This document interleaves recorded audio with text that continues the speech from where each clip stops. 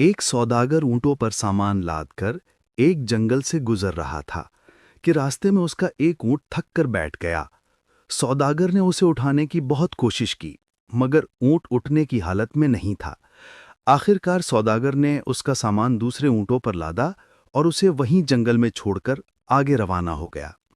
कुछ देर बाद जब ऊंट की थकान दूर हुई तो वो उठकर इधर-उधर घूमने लगा।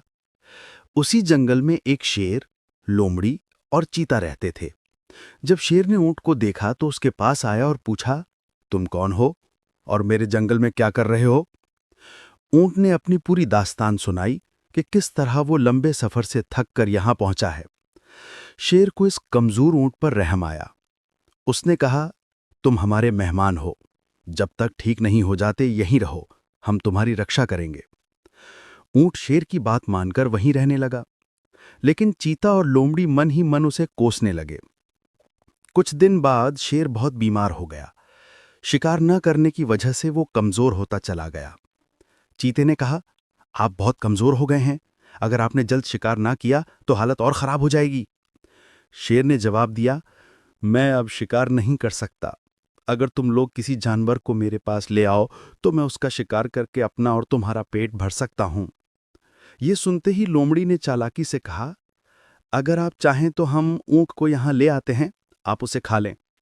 ये सुनकर शेर गुस्से से बोला, वो हमारा मेहमान है, मैं उसका शिकार कभी नहीं करूंगा।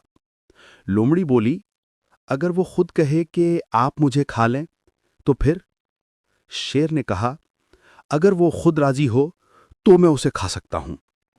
ये सुनकर लोमड़ी और चीता ऊंट के पास गए और बोले, हमारे महाराज बहुत बीमार हैं, कई दिनों से उन्होंने कुछ नहीं खाया, अब हम में से किसी एक को कुर्बानी देनी होगी।